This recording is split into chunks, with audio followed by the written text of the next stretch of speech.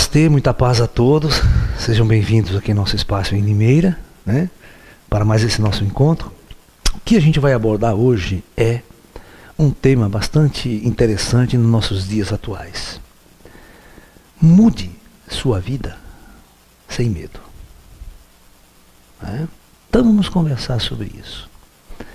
A primeira pergunta que eu quero fazer para vocês é a seguinte: você está feliz com sua vida? Você está feliz com o que você faz, aonde você trabalha? Você está feliz realmente? A sua vida realmente lhe preenche? Ou você é uma pessoa que oscila entre estados de mais ou menos, e depressão, angústia? Né? Eu vou começar essa palestra minha contando uma história do Buda, do Siddhartha Gautama. Tá? A história do Siddhartha Gautama, que se vocês não conhecem, ele abandona o palácio. Ele era um príncipe, morava num palácio, né? E sempre viveu envolto em bem-estar, riqueza. E ele acreditava, mas nunca saía dos muros do palácio, certo? E ele acreditava que todo mundo lá fora vivia como ele, em fartura, em bem-estar, patati patatá, ok? No entanto,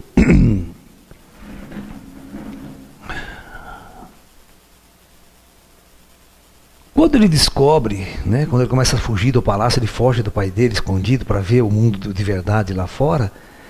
Ele encontra uma realidade totalmente diferente. Ele encontra pessoas pobres, pessoas doentes, toda. Imagine a Índia, se hoje ela já é um caos, imagine há 2000 anos atrás. Como que não era aqueles povos, aquela pobreza, aquele sofrimento, aquela coisa toda, aquela escravidão aos reis e tudo mais, né? Bom, ele fica totalmente indignado e começa a questionar demais tudo. Começa a dar uma infelicidade muito grande nele. E ele queria buscar respostas. Então a vida no palácio já não satisfazia mais ele. Ele entrou numa depressão muito profunda. Ele entrou numa angústia muito profunda. Ele achava que tudo aquilo não tinha sentido. Ele precisava buscar um sentido real para a vida e para a existência. Então quando chega uma época que a mulher dele estava esperando um filho dele, a esposa dele. A mãe dele tinha falecido logo após o parto dele, sabe? Então ele só tinha o pai. E ele resolve abandonar o palácio do pai dele e ir em busca da verdadeira sabedoria das coisas. E exatamente quando a mulher dele tem o filho dele, ele se despede e vai embora do palácio do pai, larga tudo. Ele larga tudo, larga a família, larga filho recém-nascido e vai embora. Você imagine como ficou a mulher, como ficou os pais, o pai, né, a família dele toda, por esse abandono. Para ele entrar na vida de asceta, na vida de pobre, na vida de mendicância lá fora. Né? E passa-se um tempo, o pai dele nunca se conformou dele abandonar o palácio. Nunca, nunca, nunca. Sempre tentava trazê-lo de volta, sempre. Passaram-se muitos anos, o Buda iluminou-se, né? Depois de 6 anos, vocês sabem, no campo de asceta lá, ele quase morreu comendo cocô a vida inteira. Vocês conhecem a história do Buda? Passar 6 anos comendo cocô? Não? É esse aí, ó, que tá aí, ó, esse magrelo aí, ó. Aí as pessoas confundem muito esse Buda Siddhartha Gautama com o Buda japonês, aquele gordinho, né? Que é gordo, é o Buda Rotei, que tá dando risada sempre, porque ele é um Buda japonês.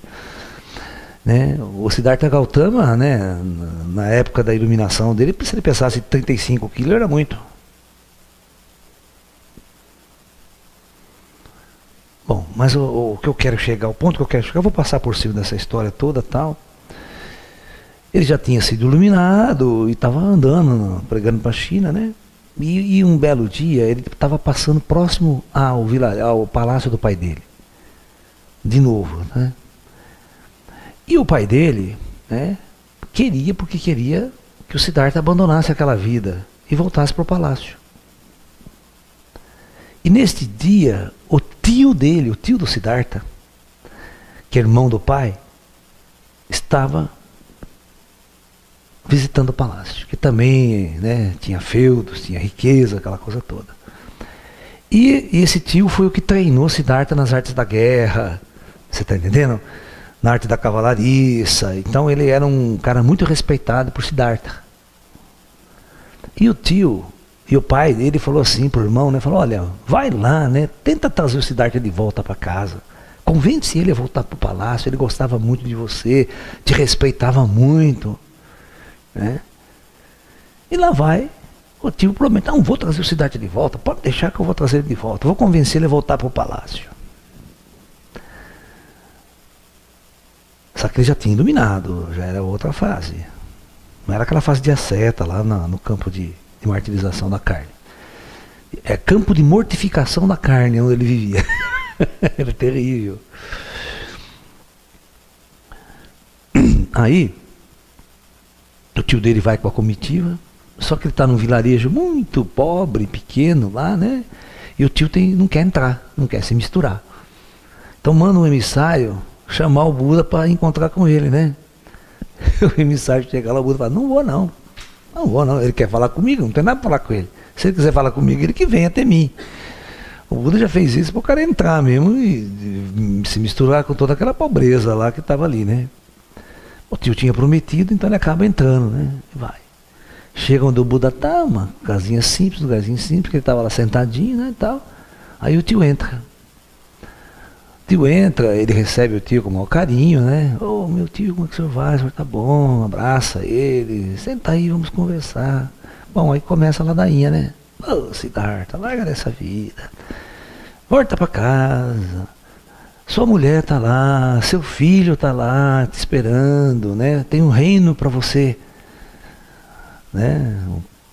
Para você cultivar, você vai ser o sucessor do seu pai, aquela coisa toda, patati, patatá, patati, patatá,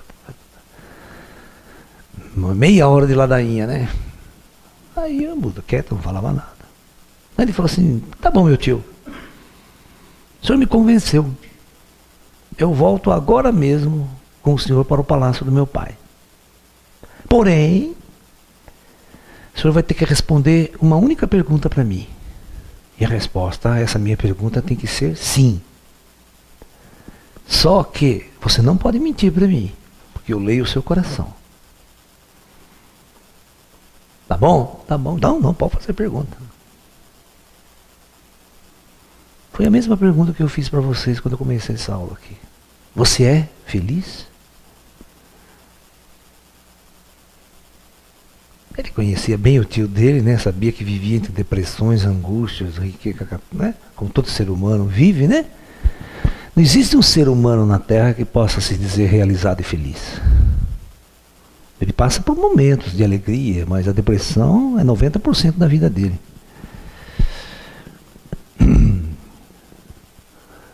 Quando ele faz essa pergunta para o tio começa a ficar angustiado, começa a chorar, correr lágrimas.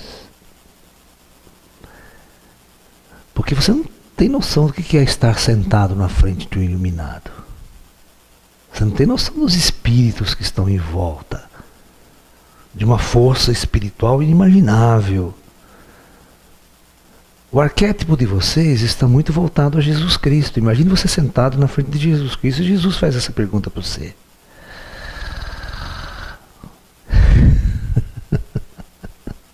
As pessoas já vão ao delírio aqui quando o Papa passa na rua, né? Você já sacou esse lance? Papa passa, papai, deixa eu tocar no Senhor, Papa, o cara já morre lá, o cristão.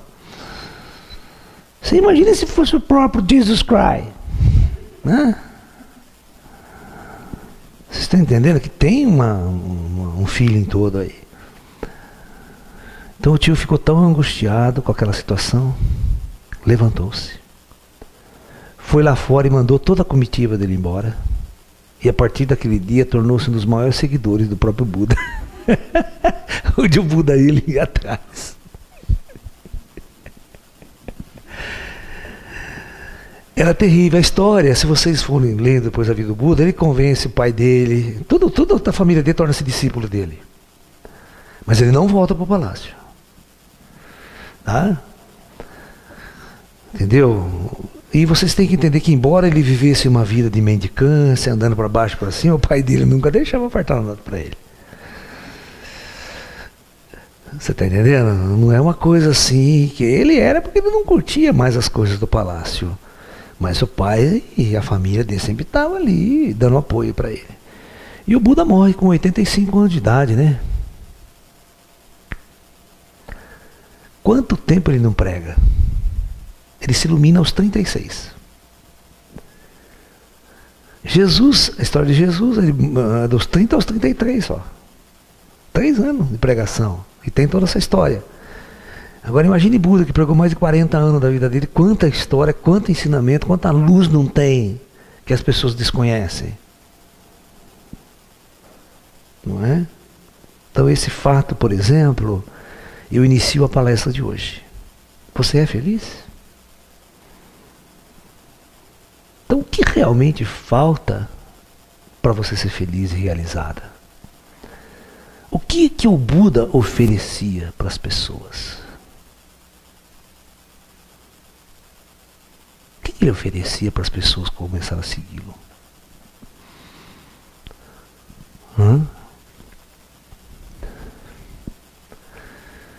Então esse é o aspecto fundamental. Então, primeira abertura, abri com esse questionamento a vocês.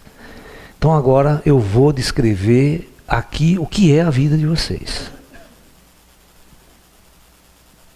E o que é a vida dessa sociedade que está aí. De um indivíduo mergulhado nessa sociedade. Porque enquanto vocês não entenderem tudo isso, vocês não fazem mudanças.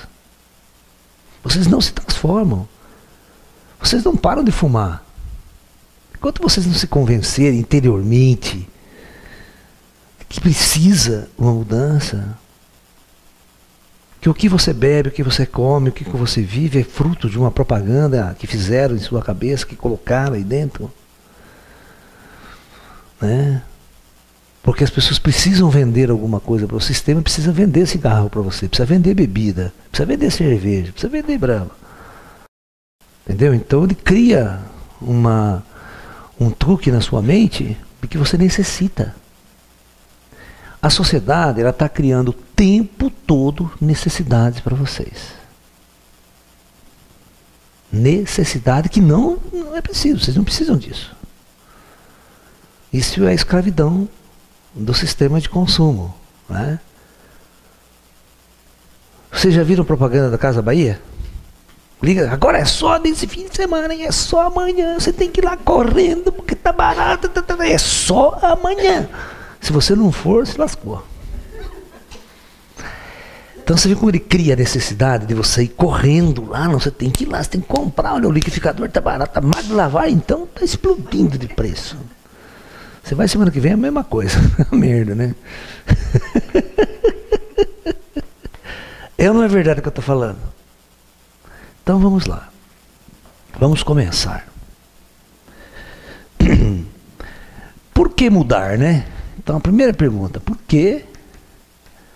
Não sei se não é assim que escreve, né? O porquê separado quando é pergunta, não é? Não tem acento, né? Tem? Tem aqui, né? Então vamos lá. Então vamos, não pode errar essas coisas, senão. Senão, como é que fala o professor lá da cultura, lá, como é que chama ele? Senão o Pascoal pisa em nós. Né? E não existe, prestem atenção, quando vocês têm dúvida de alguma coisa, vocês se esquecem de alguma coisa, nunca tenha medo de perguntar aos universitários. Não faça coisa errada. Eu às vezes esqueço, como é que escreve tal coisa? Aí eu pergunto, como é que escreve mesmo? Tem acento? Não tem? É. Corrigindo, então, ó, o Pasquale mandou tirar só no final da frase. Tá bom. Essa ortografia muda todo dia que a gente não sabe. Então vamos lá. Por que mudar a vida? Então vamos analisar o que é a nossa vida. Se ela tem alguma coisa a ver com o espiritual. Ok? com a nossa essência verdadeira. Então, em nossa sociedade atual, né,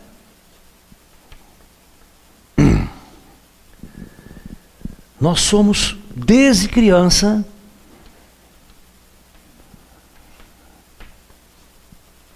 programados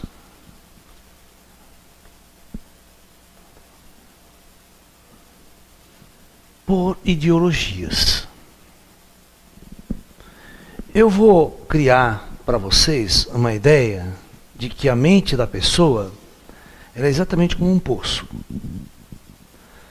A criança, quando ela nasce, ela está com esse poço totalmente vazio. Ela, aqui embaixo deste poço, é a essência natural dela. A essência mais natural.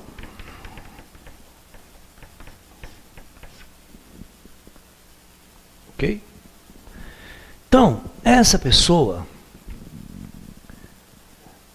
ela vai receber a programação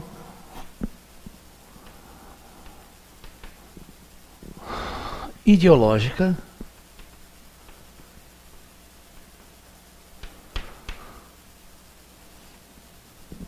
de onde ela nascer, que país, que lugar. Então, se você nascesse na Rússia, nos anos 60, 70, né, toda aquela coisa, você ia receber uma programação marxista.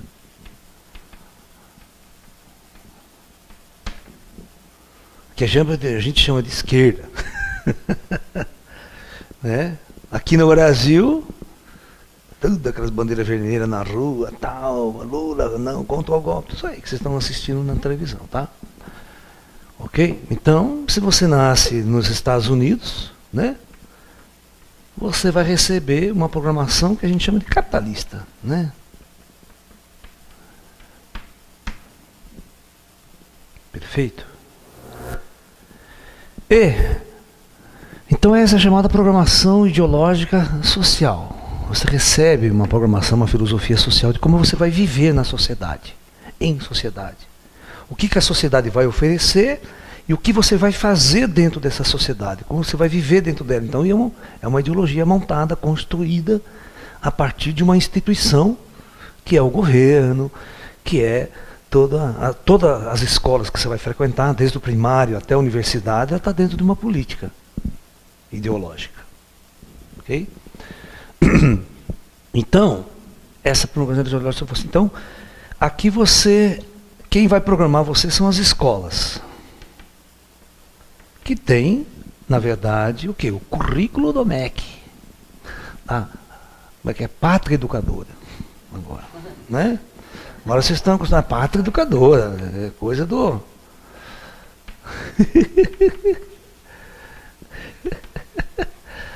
Você vê que maravilha, né? Ela é uma professora aqui, sabe o que eu estou falando. Já foi até agredida por alunos. Você imagine, cara, no Oriente um professor agrediu um aluno, ou seja, o aluno agrediu o professor.